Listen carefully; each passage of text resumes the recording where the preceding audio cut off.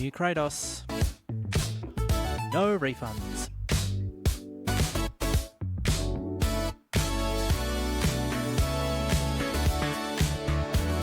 Hey everybody, welcome to the show. It's time for another episode of the Level Up Times Show. It's episode number 4. Today is Wednesday, the 22nd of July, 2026. And it's been a bit of a lighter week. We've had a bit of a crazy bunch of days and weeks behind us. And thankfully, we haven't had too much coming out of the Xbox camp. No new surprise job cuts. A little bit of fallout still happening from, obviously, all of the big reset that Asher Sharma has been leading up. But it's time to sort of look, take a minute, pause, and reflect on the games that are coming out. And we've got a pretty decent week. This one, we'll get into that on this episode. And a whole bunch of news, some of which is kind of interesting. And then we'll talk a little bit about what we've been playing this week, which is mostly just a lot of Black Flag Resynced, to be honest. But let's get into the news. Let's get started with a little bit of news here with Marathon. Bungie back in the news this time for a bit of an interesting shake-up.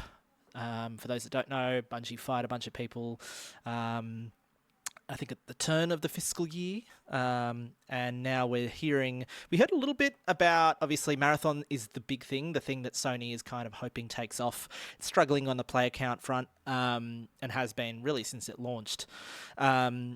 We hadn't heard a lot from Joe Ziegler. Joe Ziegler is he's the director of Marathon. He's pretty out there on social media. He's always talking about what we're working on. Here's the next patch. Here's what's coming out. But it looks like he is leaving. He actually already has left. He wrapped up last week. And he announced basically we reported on this on leveluptimes.com. He put a big post on X, Twitter, talking about, a deeply heartfelt thank you. The mission will continue in surprising ways, so stay tuned for what the team has in store for you. Pretty standard kind of farewell talk. But I think what's interesting here is, he's leaving and there's a huge patch coming out. It just came out overnight, which is the big mid-season update for Season 2 of Marathon. And particularly what's interesting about this patch is the fact that they're introducing the first PvE, truly PvE mode. There's absolutely no risk of getting run down by crews with gold guns and all this sort of stuff. We'll talk a little bit about that later, but yeah, I mean, interesting. He leaves, the patch comes out, it's kind of interesting. For those that don't know the history, so Joe Ziegler was actually the former director of Riot's Valorant. He left, joined Bungie. At the time, there was a lot of controversy with the prior director of the game. I think there were a lot of allegations of inappropriate workplace conduct. And Christopher Barrett he had some allegations around him, got fired, took him to court. They dismissed the case in court and have since settled the deal. That's the other big news coming out of this. Basically, in the last couple of weeks, that feud has been settled. Christopher Barrett said he was, quote, very satisfied with the terms. So, interesting. I'm assuming he got a pretty penny out of that deal. And his name actually was added to the Marathon credits retrospectively, which is interesting as well. So, a lot going on over at Bungie HQ this week. And of course, Marathon is really what Sony is betting big on. Has to bet big now that Destiny's out the door and shut down. So, yeah, we'll see. New patch, PvE. Obviously Sony is going for what's the best way we can get a lot of people into a genre that's pretty tight. In extraction shooters, which is what Marathon is. And so naturally everyone was sort of thinking, well, you have to have PvE. You have to have content that doesn't force players to fight other players in a genre that's all about fighting other players and stealing their crap. So yeah, it's interesting. Let's talk a little bit about that. The mode came out overnight. It's called Vault Breakers. And the way it works is you are basically taking a kit. So the way Marathon works is you either bring guns in from your vault and then lose them, because you obviously die. Or alternatively, you can actually take what they call a sponsored kit, and there's a couple of different ones around the game, but they're free kits, sometimes paid for by credits, but you'll always at least have access to a free kit, and you take that in, and whatever you get, and if you succeed, you know, reap the rewards out the back of that. So what's happening now is that there is basically a new kit that's released called the Vault Breaker kit. You take that in. You go into the Cryo Archive, which is like the big end game raid map in Marathon. Almost said Destiny. In Marathon, and you try and escape. You kill NPCs. There's no other players. You can go in a squad of 3, but aside from that, there's no other crews coming in to screw you over. And you try and escape, and if you escape, you don't keep the loot. You instead get this in-game currency that then you can spend to upgrade that kit and get a better kit to help you out on further runs.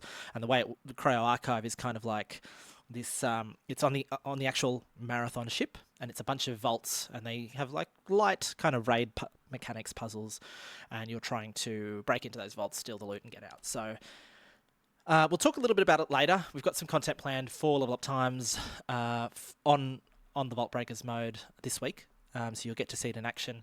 But I've been playing just a little bit of it, and I'll talk about that later. So that's your Marathon news. The reins for the directorship will be handed to Del Chafe III, who will work along creative director Julia Nardin. And Julia's been on Marathon for, I don't know necessarily from the very start, but at the very least has been there for a while. Moving on now to something you can even take part in. This is the Duskbloods. We've been hearing a lot about it.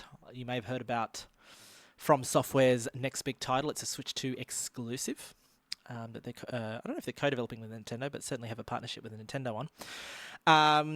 They announced it way back, and we basically have heard zip aside from that initial trailer and a little bit of talk here and there. But it's moving forward, and there is a network test that is out in August, so next month.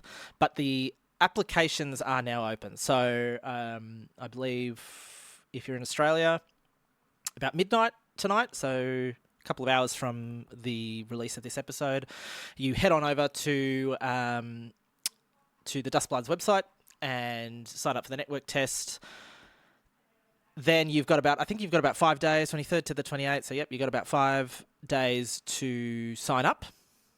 Then you'll hear about it the week after on the 7th of August at 11 p.m. Australian time. You'll know whether you are in. And then there's 5 sessions. The sessions will run on the 21st, 22nd, 23rd, and 24th of August, and they are 4 hours a session. So when they mean network test, they mean a network test. This is a very limited time that you can experience the game. As for what you're going to experience is anyone's guess. We know that this is a multiplayer kind of focused game, which is exciting for a Switch. For you don't think about online a heck of a lot when you think about a Nintendo console.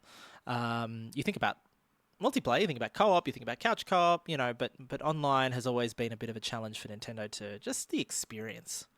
And they're getting better at it. I think Switch 2 is way better than it has ever been, but there's still those little things around the edges that you kind of wonder, they kind of just feel a few generations behind in terms of following, multiplayer, online multiplayer and the ecosystem and the user experience and all that. So, this is going to be interesting. I mean, that's not to say they haven't had some great multiplayer games, Tetris 99, F-Zero 99, you could keep going. But, a major multiplayer title like this is going to be an interesting one to watch and see what they do beyond that, right? Is Nintendo going to start to invest a little bit more in multiplayer, Splatoon? That's not to say they don't do it, but it's always been almost like just a thing that you get. You get some multiplayer here and there. Whereas, you look at an Xbox, you look at a PlayStation, they are predominantly, here's an online experience first, and then if you don't have an internet connection, kind of good luck. And we're going to see that more in the next generation, of course. But Duskbloods, the Duskbloods Network Test is coming. We've got all the details on the website, leveluptimes.com, so check it out and sign up. You've got about a week to do it from tonight. This is also, I should say, it's also the first hands-on since game was announced. So, particularly if you're a FromSoft fan, you might be interested in putting your name down. Unsure whether everyone will get in or whether I'm sure it'll be limited. So I don't know what they will do. Maybe they'll. Yeah, I actually don't know. I'm curious who gets picked and who doesn't. Maybe it's a complete random lottery. We'll find out. Next piece of news here is an interesting one. So, if you may have heard that Amazon Prime is doing a God of War show. It's been a bit sort of hush-hush for a while. We knew that Ryan Hurst was the lead as Kratos. He's also coincidentally in the Odyssey, which is obviously pretty hot right now. There was an incident on set, and Ryan Hurst tore his bicep, which is not good. And presumably he would have been off. He was going to be off for some months. They had to pause production and sort of figure out what they were going to do.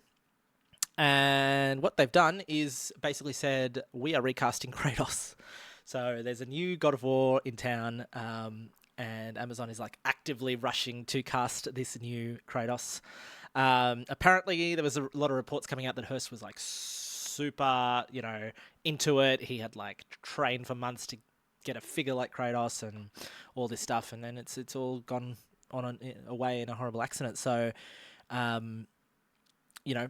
Odyssey is out. He's in that. I'm sure he'll be all right, and I would assume that they have to pay him out if it was an injury on the set as well. So, I'm sure Ryan Hurst will be fine, but it'll be interesting to see what happens. So that what they're saying is they need to recast they need to recast Kratos pretty urgently, and then they need to reshoot all the scenes that were already shot with Kratos, so that it is continuous. And we'll see what happens. We'll see how long it takes for that show to come out. The interesting thing here will be like, there hasn't been a lot of talk about the God of War show. I mean, we knew it was kind of happening. There was a couple of shots, hero shots that came out from the set a while back. We know it's a retelling of the modern God of Wars, the 2018, 2022 Norse mythology series. With it's your Kratos Atreus kind of storyline. It's already been ordered for 2 seasons from Amazon, so clearly there is some momentum to actually make a show out of this.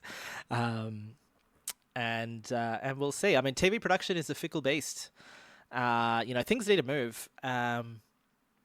They're rushing around. They've got sets ready. They've got actors ready. They've got cast who presumably are being paid. Hopefully being paid. And you can't really not have a show to film because that'll cost you even more. So it's curious. I mean, who do they cast for a Kratos role? Do you get like someone like, I don't know, you want to get someone that's jacked already, right? Because you probably don't have time to waste getting an actor in the gym. So we'll see what's going to happen here. Curious if there's still goodwill off the back of this news. I haven't heard too much in terms of people's enthusiasm for a God of War show. I don't know why. But then again, I think a lot of people said that about Last of Us, and that proved to be quite popular.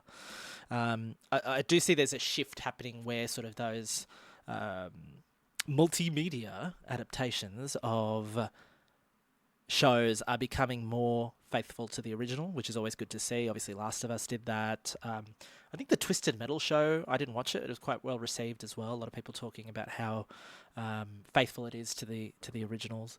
So, yet another Jaffe joint up in this with God of War, and we'll see what happens. I wonder when it comes out. Is this a 2028 release?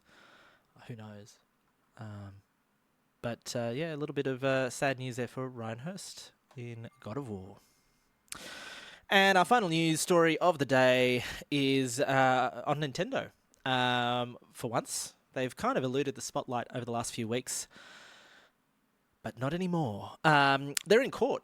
There is a US court class action being brought against Nintendo for the way they handle the tariffs, the Trump administration's illegal tariffs. Basically, they bumped up the prices for a bunch of stuff, saying, "Yep, there's tariffs. We can't absorb all these costs. We're going to pass them on to the consumer." Then, obviously, Trump. I should say the government found that Trump's tariffs were illegal, so they should never have been there to begin with. And therefore, what they've done is they've said, okay, so the people have said, hey, we want a refund. The companies are saying they want a refund, and they're getting a refund from the government. So why aren't those refunds being passed on to the consumer? This is not only something that's happening to Nintendo. I think there's like 1,000, companies that are in a similar boat where they were taking tariff money, then getting a refund from the government when the tariffs were deemed illegal, but they weren't passing that back onto the consumer. So Sony is also classic Sony. They are also involved. So there's a couple of cases going on in court. There's a couple of companies that are just saying, hey, here's your refund. So FedEx is one of those. They were also taking tariffs. Then the tariffs are illegal, but they're saying we will refund those tariffs back to our customers. So there's a couple of ways to do it. Nintendo's stance here is it's not a great headline for Nintendo. Their lawyers have basically said, we are not going to refund customers because in our view, or Nintendo's view, the quote here is, players, quote, got what they bargained and paid for when they bought the Switch. So the items that were involved were the Switch and Switch 2 controllers. They went up. And so therefore they're saying, you paid it at that price. Like, you thought it was fair market value at that price. You bought it. Good luck. That's kind of Nintendo's response to it. Which on one angle you kind of go, I mean, fair. The problem here is not so much that it's more around your double dipping. So you have increased the tariffs, you've taken all this money that's propped up your balance sheet. You've also gone and taken the refund from the government. So you're up twice and you're not making good with the consumer. So Nintendo is saying we are going to request that the court closes this whole case, and instead we recommend we do this private arbitration thing and try and get a little bit of a good deal for the company, and maybe pay some bucks here and there, but kind of close it off. This is it's an interesting one. They're saying basically that we cannot calculate. Like, Nintendo cannot calculate what the tariffs increase costs because they absorbed some of it. So they're saying they did not pass the tariffs on in full. But secondarily, they're saying we didn't increase everything. So they're saying the Switch 2 was unaffected. Keep in mind, the Switch 2 was a launch console, and increasing the price more probably wouldn't have looked great to the average consumer, and probably would have hurt their sales in the long run. And so they did not increase the price of Switch 2, but they increased they did what they call, quote, imposed selective price adjustments. So they decided, where it made sense to increase those tariffs and pass them on to the customers, and that they, quote, chose to bear the costs of tariffs on some of its more popular products. So they're saying we didn't pass it on in 100%. So how do we calculate for you, customer one, you're going to get this much back, and you, customer two, are going to get this much. Like they're saying it's very difficult or impossible to calculate that, and so therefore they're saying please dismiss the case. Nintendo's going through a lot of regulatory stuff at the moment. Over in the EU, they're discontinuing the Switch 1, so that's going away, and also making changes to the Switch 2 as a console, and also some of the peripherals. So the GameCube controller, the Joy-Cons, the N64 controller are getting upgrades, because of an EU law that requires them to change their batteries. We talked a little bit about this in the last week's episode, but they, in the EU, are now required to allow a consumer to replace their batteries at will, which you couldn't do before. Obviously, you'd have to crack open the whole thing, void your warranty, and find a battery that, go to iFixit or something and get a kit. So that's going to have to change in the EU. We talked a little bit about this last week. I think eventually those SKUs will come to other territories. It doesn't make sense to build one kind of Switch here and for this market and build another kind of Switch there for another market. I suspect eventually replaceable batteries will just be the standard for Switch 2. There was a conversation I saw the other day about, people recommending people that want a battery, and I think I sort of mentioned this. If you want to wait for a Switch 2 on the basis of a battery replacement, by all means do it. I think eventually those changeable batteries will come to all the territories. That's my personal guess. In terms of waiting, is that the only thing that these customers are waiting on? I feel like it doesn't make a lot of sense to not make a decision off the basis of a replaceable battery on its own. These batteries are going to be more than fine for a couple of years. You can replace the battery if you absolutely need to. There are ways to replace the batteries. You've got Nintendo warranty on top of it. Like, in the short to medium term, I don't see why you would wait, unless you are trying to make a statement and say, you know, this is a really important consumer, interest topic that I am passionate about, and therefore I will not buy a new Switch until that changes, or buy a Switch 2 until that changes. So we'll see. At the end of the day, Nintendo's not looking good in the headline. This is not a line you want to say. You don't want to say you got what you paid for, is basically what they're saying. And that's not great. So if I was Nintendo, I'd probably just want to sweep this under the rug and pay back the tariffs. Or hope it sweeps under the rug in the midst of all this other gaming news. I suspect we will get a settlement at some point and move on from this, but not great. Not great. And that's the news. As I said, it's been a really, really quiet week. I feel like we kind of needed it after the last few weeks of just the worst. If sort of the big news topic of the week is a replacement for an actor for a show they've started in that no one's even seen yet, like, it is what it is. But I'm glad. And some part of me, like, I love reporting on news, and that's what I've done for years, and I love, like, following the topic and this and that. But it's nice to have a week where I'm not reporting on, mass layoffs or sad news for people in the industry. So, I'll take it. I'll take it. This week is pretty packed in terms of games. Go over to leveluptimes.com, check out the drop article. We publish it weekly. It's got all of the new releases you probably want to keep an eye on, whether you're into sort of the top blockbuster releases, whether you're into friend game, like playing with your friends, co-op games, competitive games, or just like the weird curios that we scour for. And we do this every single week.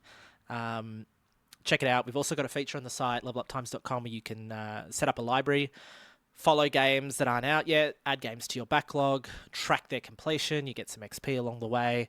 It's a really fun way to manage your game collection, and we're doing a lot. We did a lot of updates over the last week to make that a really, really fun experience, and we're doing more. So please check us out, leveluptimes.com, sign up for free, and manage your library. This week's it's a bit of a mix. You've got a lot of indie titles and a little bit of that sort of AAA flair. Speaking of Nintendo, Splatoon Raiders tops our What's Catching Our Eye section this week. This is, as the name would imply, this is not a mainline Splatoon game. This is a spin-off, shall we say. And it's not competitive. It's a cooperative solo game where you're kind of taking on the role of this Inkling character.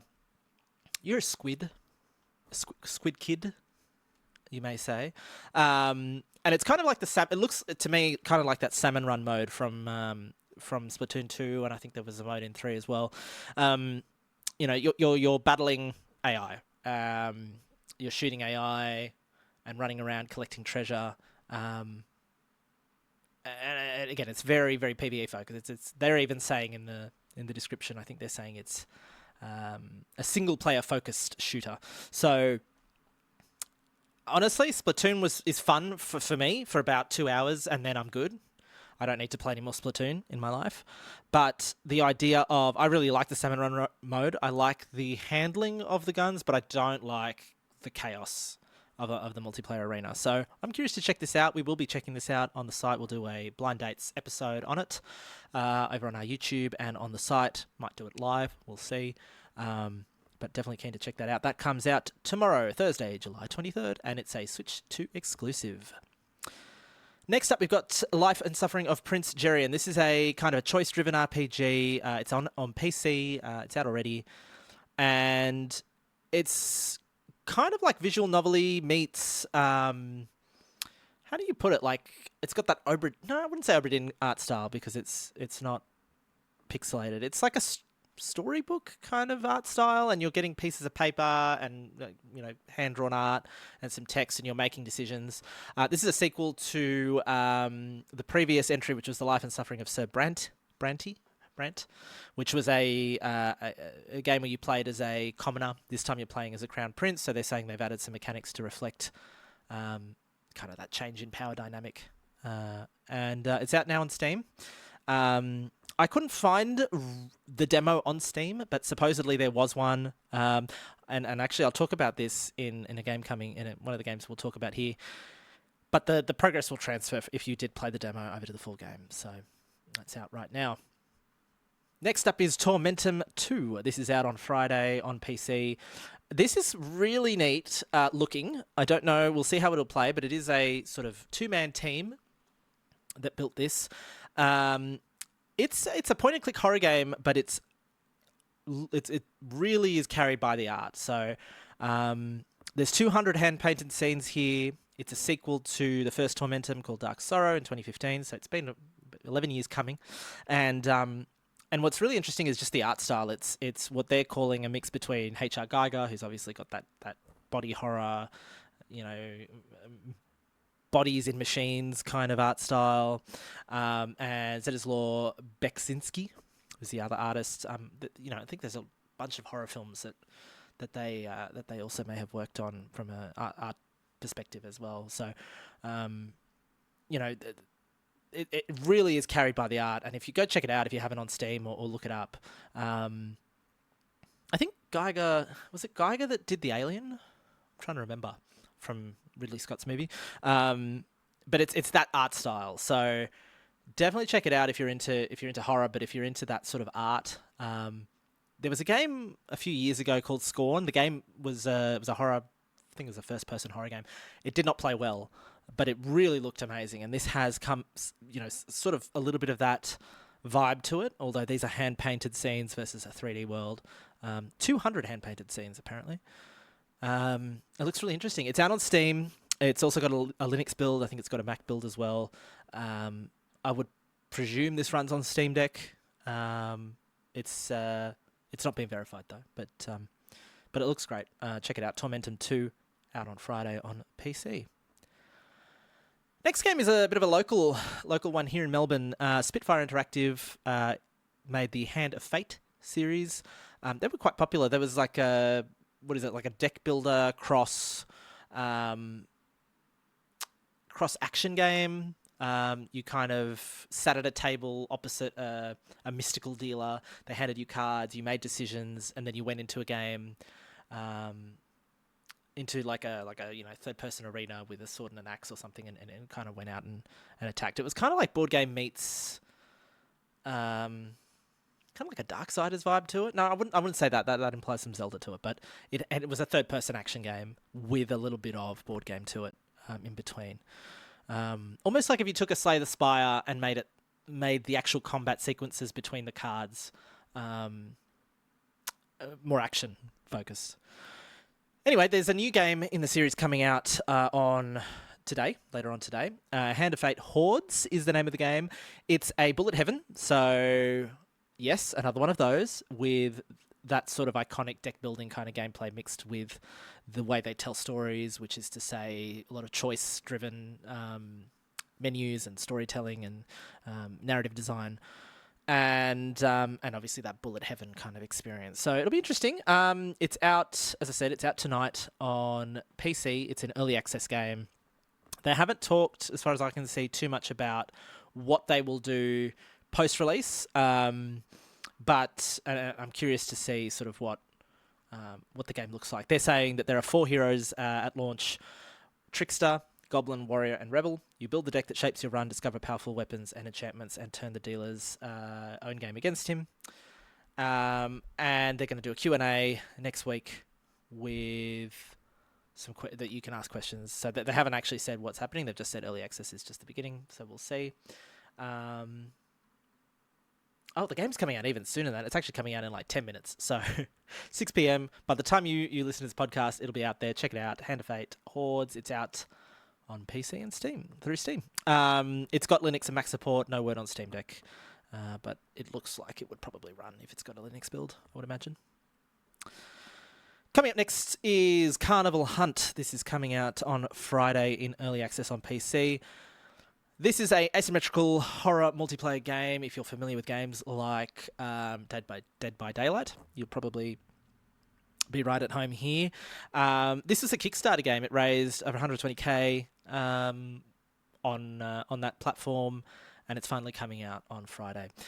The sort of conceit of the game is it's a 5v1, and the 5 are basically wind-up bunny rabbits or bunnies, puppet bunnies. So they've got a limited amount of energy with which they can't fight. They've got to pick up keys and, quote, stay hidden. And then there's a 6th player who plays the carnival monster, and I think they're starting with two hunters? Yeah, 2 hunters. So 2 carnival monsters will be at launch, or early access launch, and they are saying they're going to be adding new gear items and rooms monthly, and new hunters and PvE modes every couple of months, depending on, I think they said 3 to 6 months for hunters, and modes dropping every few months as well. So it'll be interesting to see how that shape takes place. I don't know if there's room in the market for another asymmetrical horror multiplayer. We'll see. But if you're interested in those, if you've got a crew of friends and you love to play kind of that horror kind of genre, check it out. I think what will be curious for me is obviously one of the things that Dead by Daylight does really well is its handling of licensed characters, and that obviously brings people in and makes people want to play, within their favourite horror sort of properties. Carnival Hunt, as far as I can see, does not have that to its advantage. So I'm curious, A, if the game is good, if it holds up, but B, if they're going to be able to sustain a player base with an original IP. And finally, the notable mentions this week. We won't go into too much detail. Avatar Legends, the fighting game, is out on Thursday on PC, Xbox, and PS5. It's a 1v1 fighter, which is notable because a lot of these kind of licensed fighting games, obviously this is based in the Last Airbender universe, typically tend to do like that tag team kind of gameplay. This is a 1v1 fighter.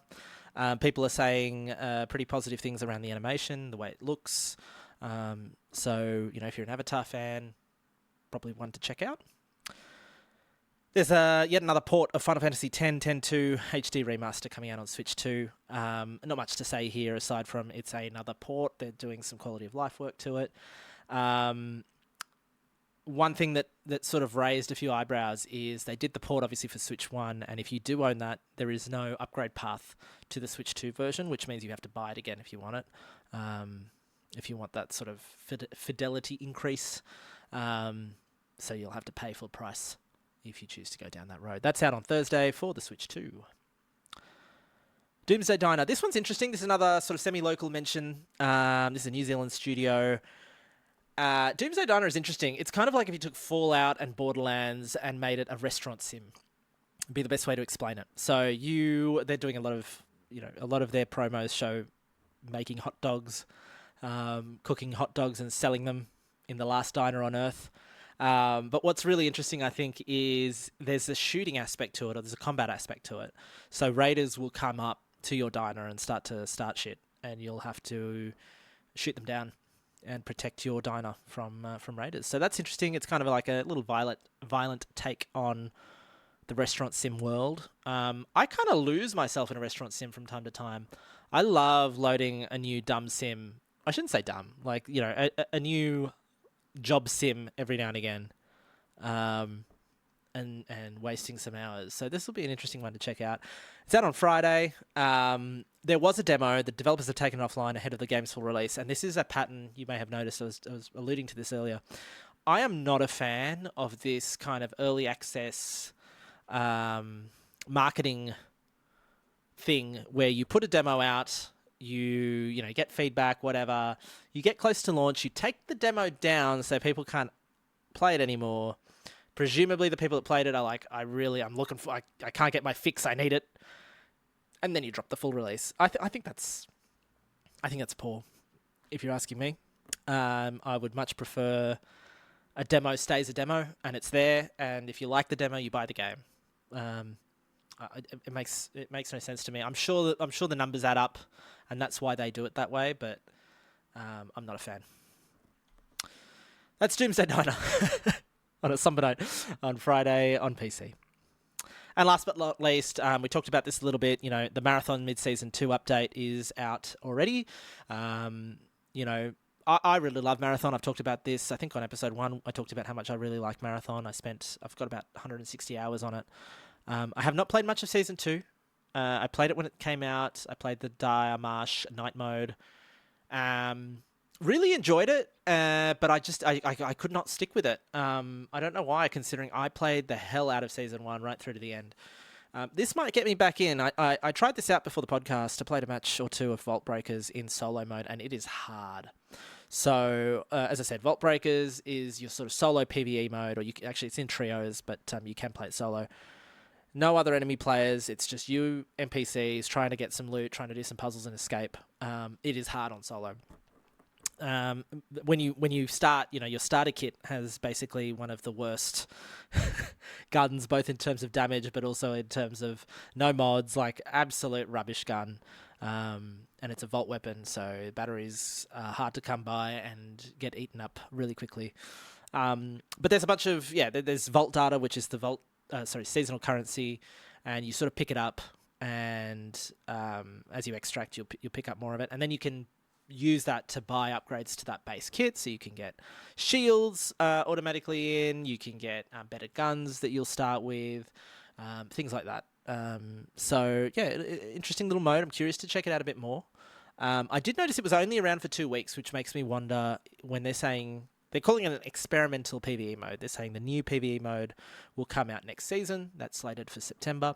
But in the meantime, if this is the PvE experience, I don't know why it's got a 2-week timer on it. I wonder what that means. Some other stuff that's coming out in this mid-season update, is the quality of life changes around the Cradle. So the Cradle was a Season 2 feature that they added in that enables you to basically change the attributes of your character, whether you want to be more melee focused, whether you want to be more speed focused, those sorts of things. There's 6 attributes that you can put points into, and as you level up, you basically level it up by selling gear that you don't want. You transfer it into special matter, it goes into the Cradle, and you level it up, then you get more points to spend on your character's attributes. They are doing what's called evolution. Cradle evolution is basically prestige. So you level your Cradle again from 0, and I think you get an extra point as well. So interesting for those that are sticking with the game. Not really fussed as someone who is definitely more casual this season. The Cradle system is fine. I mean, it's nothing. I'm someone, and I was the same in Destiny. Like, I'm not someone who is looking at my. I'm going to date my Destiny knowledge, like intellect, which then became class, which it is what it is. I'm not someone that looks at those attributes and says, I need to max this, I need to min-max this so that I can one-punch this, and then I'll get a charge on my grenade and I'll throw the grenade. I do not have the patience for that. So, yeah, the Cradle stuff is fine, but it's... And the people that love it, like, I've been watching a lot of streamers getting into Marathon, and they absolutely, they really enjoy it. But it's just... It's not what I want to get out of a game. I want to get out of the game is going into and shooting the guns. I don't want to be sitting at a menu, min-maxing my kit.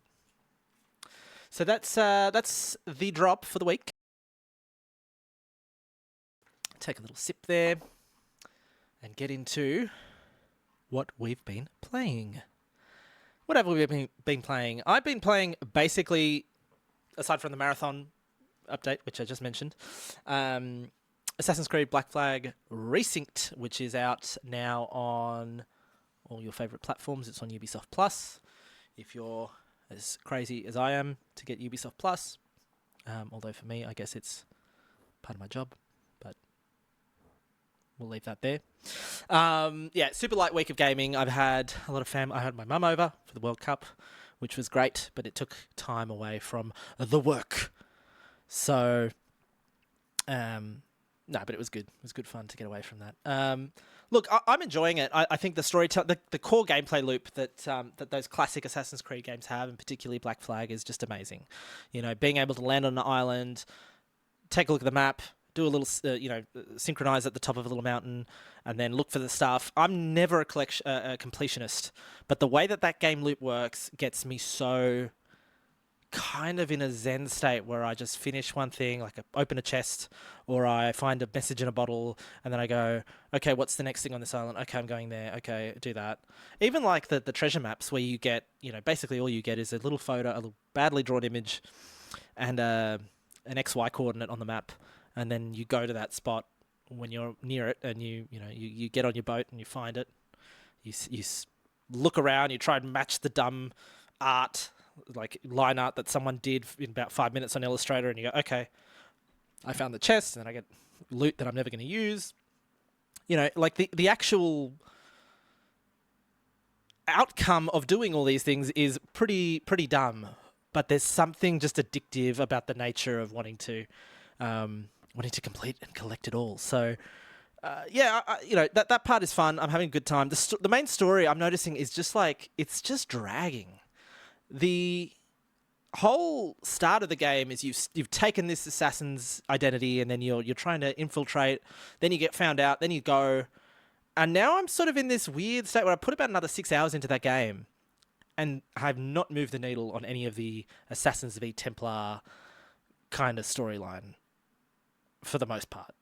And then there's like a really weird, like 2 hour long montage of landing on the pirate island, and now I've got to learn how to drive a ship, which I've already been doing anyway. And then there's like ship based. There was a mission that I just finished where you're on the ship, and you're looking for this bigger ship,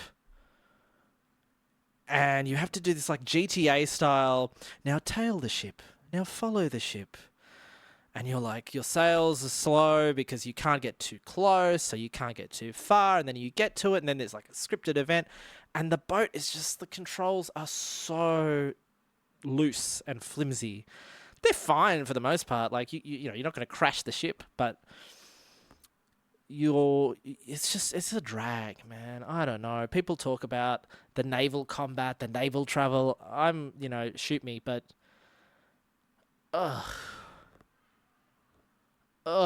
no, thank you. No, I'm good. I love the concept. This is the problem. I love the concept of it. I love pirate stories. I love the immersion. But then you're actually shooting these cannons, and you're like moving the camera, and you got to hold it, and it shoots, and you got to hold it tight just so you can get a good spray on the cannon. It's just, spare me. And then you have to do it because you've got the whole... I'm getting angry now. You've got like all of that meta progression about you need to have...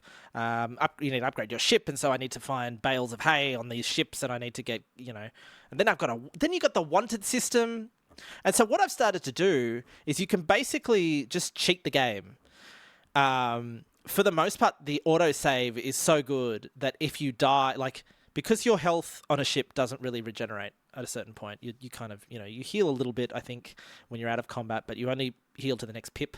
And so let's say you've got 4 pips on your ship, or 3, or whatever it is. If you're at 33% health, it's unlikely that you'll heal it unless you successfully board another ship, kill the enemies, bring their morale down, and then you can heal. And half the time you don't even heal to full anyway after that. You kind of get a decision at the end of that to say, do you want to heal or do you want to reduce your wanted level? So what I've been starting to notice is if you just die, like you're like, I'm at 1 health, like what's the point of going? Just kill me. Just fucking bring down the boat, please.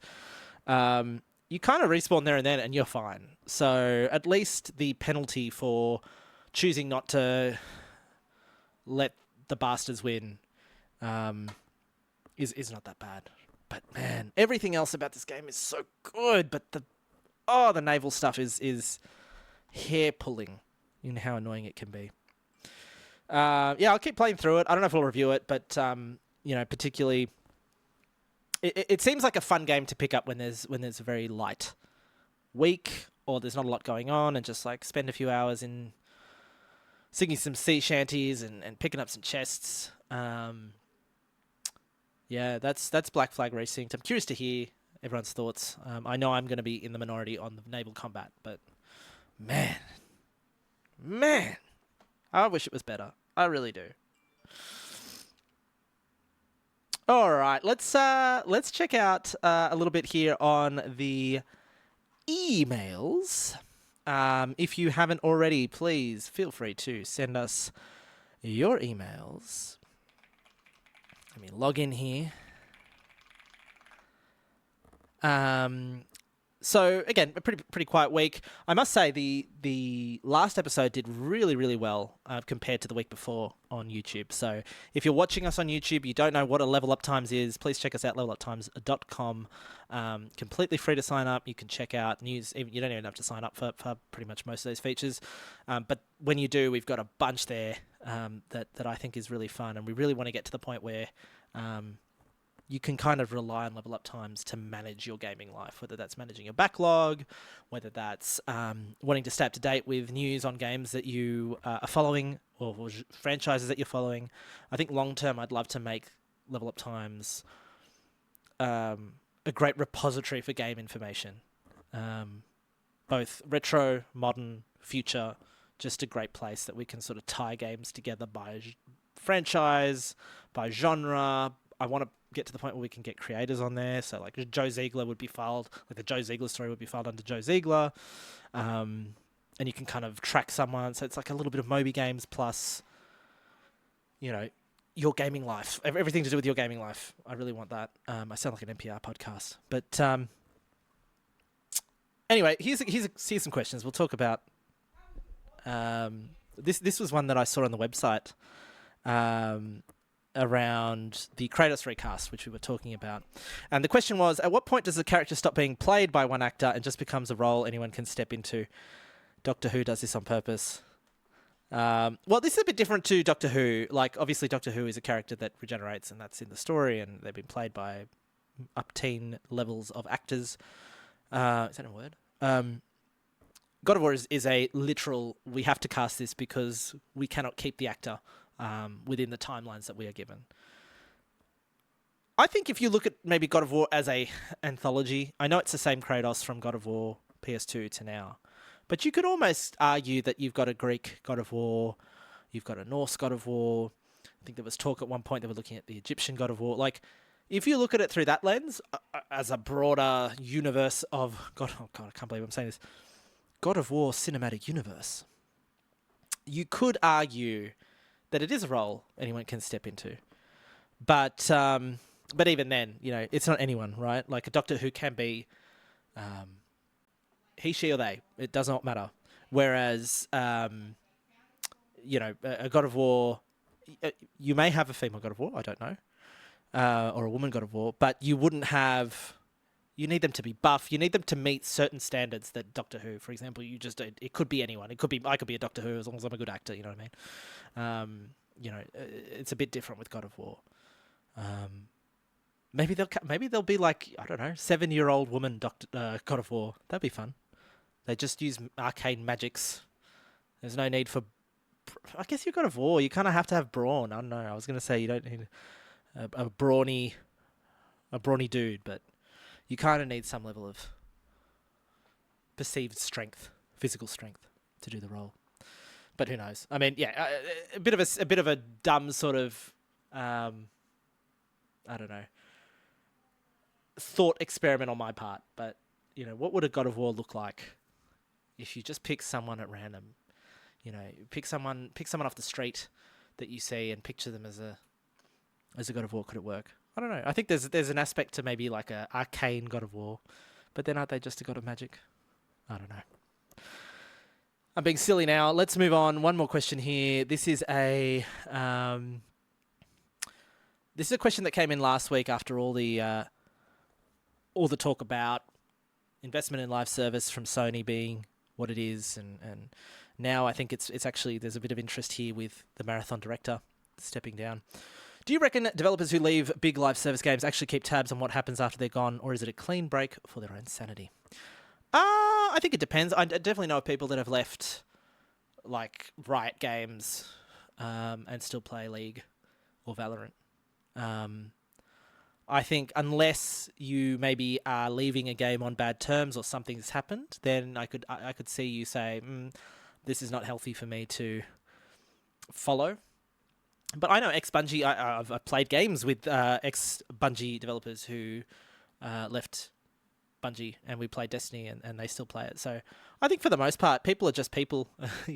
Whether you, I've worked for companies and I've used their services, and then I've left the company and still use their services. I think it's just one of those things where if you enjoy that game, you enjoy that franchise, you may need to have gone because you got a better offer, or your department was being downsized and you had to leave, but you still love the game and you love the team and you want to see it succeed. I think yeah. I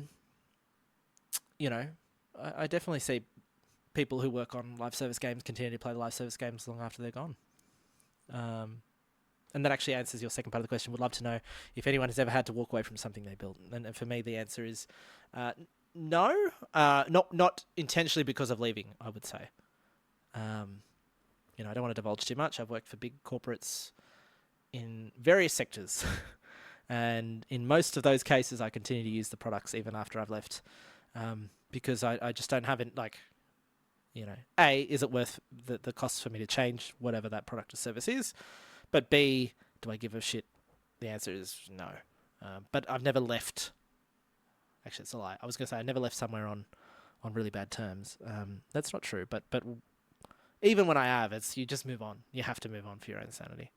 I think there are certainly areas where you could look at it from someone else's perspective and go, yeah, it makes sense actually for them to just not interact with it and move on. I'm not one of those people typically. I just keep on keeping on. So thank you for your emails. If you have any emails that you want to send into the show, send them in over at podcast, that's podcast, at leveluptimes.com. That's leveluptimes.com. And we'll take a listen. We'll read them on the show and get you some answers. This week on Level Up Times is going to be it's going to be fun. We've got a couple of blind dates coming out this week. Number one is Splatoon Raiders, which is out tomorrow. We will be checking that out on a blind date. Might do it live. We'll see how we go. That'll be on leveluptimes.com. We also are going to check out the Marathon Vault Breakers update. We'll play a couple games. I'll probably die awfully in all of them. But definitely keen to sort of talk Marathon. I think I need a Marathon outlet to keep me playing it. And so I'll do that. And that'll be in a new kind of format called... what did I call it? I actually set up the show page today. Long Play. So it'll be a part of a new series called Long Play where we kind of... It's not quite a blind date in that it's not a first impression. It's kind of more of that, let's just sit down with the game that I may have played and already and just, show it in more detail. I think a blind date is good for, I'm sitting down with this thing and this is what I'm experiencing in the moment. But it might not always be great for example, Assassin's Creed is a good one, right? Like in the first hour of Assassin's Creed, you're not going to get to the meat of what that game loop is. Whereas I am now being 8 to 10 hour, whatever I am in now, I could pick that up and in an hour show you most of that game's systems at will. So I think Long Play is probably where we will sit the Marathon Vault Breakers gameplay, because I can actually talk in more detail, having been someone that's played a lot of Marathon, having been someone that's already played the Vault Breakers mode today, talk in a bit more authority. Talk on a bit more authority on the subject. So that'll be out this week. And last but not least, I'm going to try and squeeze in at some point the 70s style robot anime Geppy X. That was a game I wanted to play last week. Obviously, had a lot of family stuff going on and couldn't get to it. But we'll take a look at it. And we'll see. There's a backlog of stuff that I really want to do. It's just a matter of the when. Maybe we'll do a little bit of a dumb show on the weekend. We'll do some off the clock on the weekend. We'll see. But I hope everyone's had a great week. If you're following the World Cup or the big game, I hope that I hope that you had fun, regardless of what happened, regardless of what tears were shed. I'm joking. I was excited for Argentina to win, but I kind of had a feeling that it may not have gone that way. Just based on how they were playing in the previous matches. So, well done to Spain. And now we wait the long wait for another 4 years to stay up late and scream at a television screen. Although I think soccer is in the Olympics as well now, right? So you don't have to wait that long. That's my sports ball update. That's been the Level Up Times show. Thanks so much for joining me.